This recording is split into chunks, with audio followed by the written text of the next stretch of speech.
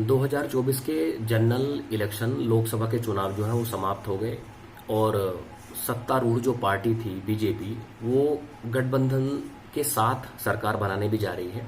Even BJP को अपने दम पर पूरी मेजोरिटी नहीं मिली है। हालांकि मोदी जी की पूरी लोकप्रियता के बाद भी ये ऐसा क्यों हुआ, आज इसी बात को हम इस वीडियो के माध्यम से समझेंगे और एक उदाहरण भी हम लेंगे एक राज्य का, एक स्टेट का, कि किस तरीके से वहां के लोगों ने पूरी तरीके से कहते हैं ना लोकतंत्र का महापर्व उन्होंने ही मनाया है। और वो उदाहरण है पूरे देश के लिए और उन लोगों के लिए जो बीड़ी सिगरेट पीने के लिए तो आधा घंटा एक घंटा धूप में खड़े रहेंगे, शराब की बोतल खरीदने के लिए आधा घंटा एक घंटा धूप में खड़े रहेंगे, लेकिन वो वोट नहीं डाल सकते। जब वो वोट डालने जाते हैं तो उनको गर्मी लगती है। आप समझिएगा 97 crore registered voter election commission ने जो हमारे देश में बताए, 64 करोड़ वोट डले हैं ओवरऑल। देखिएगा कितना बड़ा अंतर है। इसमें क्या है, शहरी जो मतदाता है वो बहुत ही उदासीन उसने अपना रवैया अपनाया है। और इवन उस वोटर में अगर हम युवा वोटर की बात करते हैं तो युवा वोटर ने कहीं कहीं पर तो बढ़ चढ़कर भाग लिया है, लेकिन युवा वोटर ही बहुत बड़ा ऐसा वोटर है जिसने वोट नहीं डाला है। इवन आज के जो माँ बाप भी हैं उन्होंने भी कहीं ना कहीं अपने बच्चे के वोट डालने को लेकर उदासीनता दिखाई है। जैसे पहला जो चरण था अप्रैल में, तो उसमें शुक्रवार के दिन वोटिंग हुई थी पश्चिम उत्तर प्रदेश और उत्तराखंड में। तो शुक्रवार, उसके बाद शनिवार और उसके बाद संडे, कुछ लोगों ने तो क्या किया, 3 दिन का सामान पैक किया और वो घूमने के लिए निकल गए। यही सबसे बड़ा कारण रहा है कि बहुत जगहों पर बड़े कम मार्जिन से बीजेपी चुनाव हार गई है, उसके सांसद चुनाव हार गए हैं। एक कारण तो ये रहा।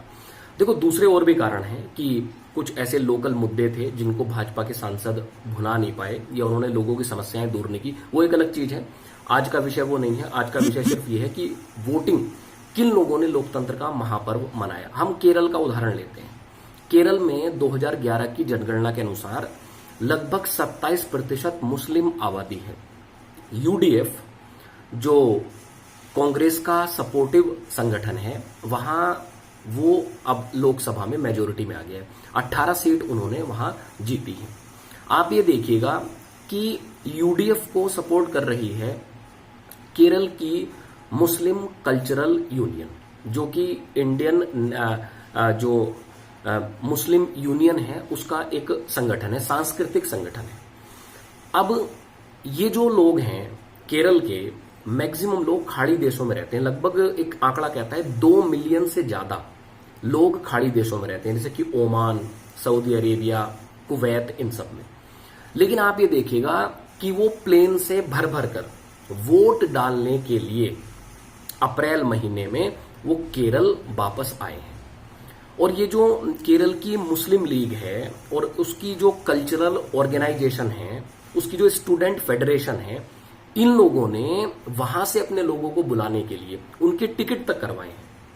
उनके टिकट तक करवाए और उन्हें अहमियत बताई है कि किस प्रकार से अगर आप वोट नहीं करेंगे तो कहीं ना कहीं आप जनादेश देने में पिछड़ जाएंगे। लेकिन ये बात एक बहुत बड़ा वर्ग, जिसको आप कहते हैं कि हिंदू जो कम्युनिटी है, वो इस बात को पूरी तरह से भूल चुकी है। उसे इस बात से कोई मतलब नहीं है। वो बीड़ी पीने के लिए, सिगरेट पीने के लिए, शराब पीने के लिए आधा घंटा, 1 घंटा, 2 घंटे वो लाइन में लग जाएगा।